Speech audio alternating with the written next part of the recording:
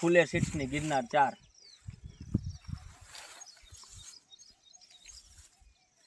19। નમસ્કાર ખેડૂત મિત્ર, આજે આપણે જસદણ તાલુકાની અંદર આપણે ગિરનાર 4 મગફળીનું આપણે ફિલ્ડ વિઝિટ કરવા માટે આવ્યા છે।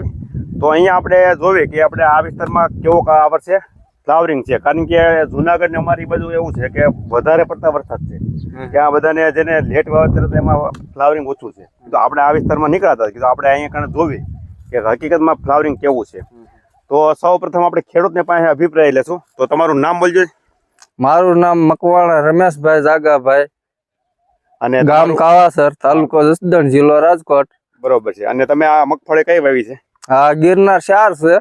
અને ગયા વર્ષે ખેડૂત મિત્રો અહીંયા ભાઈ પણ ગિરનાર 4 આમાં પડામાં હતી। હા, આ પડામાં હતી ફૂલે કંપનીની ગિરનાર 4 છે। ગયા વર્ષે તમારે કેવું ઉત્પાદન આવ્યું હતું આમાં? ગયા વર્ષે સારું આવ્યું હતું। એટલે આમાં અંદાજે મણિકા કેવા ખેત તમારે? અંદાજે મણિકા તો જો આ તમે વિડીયોમાં જોઈ શકો છો, જે આ રહી 1.5-2 વીઘાની પોરે આટલી ને આટલી હતી, અને વણે આમાં આટલી જ છે। પોર કેટલા મણ થઈ હતી એટલામાંથી? પોર આમાં અંદાજે 50 જેવી થઈ હતી। 1.5-2 વીઘાની? હા, 1.5-2 વીઘાની, અને 30 મણ ની આજુબાજુ આપણે અંદાજ ગણવાની। હા, અને બીજા નંબરમાં કે આમાં ગિરનાર 4 જે રહી એ 20 ની જાળીએ વાવવાની હોય, એટલે મારે તો ખડ વધારે થતું એટલે મેં તો 26 ની જાળીએ વાવી હતી। ગિરનાર 4 જો 20 ની જાળીએ હોય તો આ કરતા ઉતારો વધારે થઈ શકે એમ। તો તમે અત્યારે આમાં 26 ની જાળીએ વાવેતર કરેલું છે? હા, 26 ની જાળીએ કરેલું। તો આપણે ખેડૂત મિત્રને છોડવું ઉપાડીને બતાવી કે આમાં ફ્લાવરિંગ અત્યારે કેવું છે।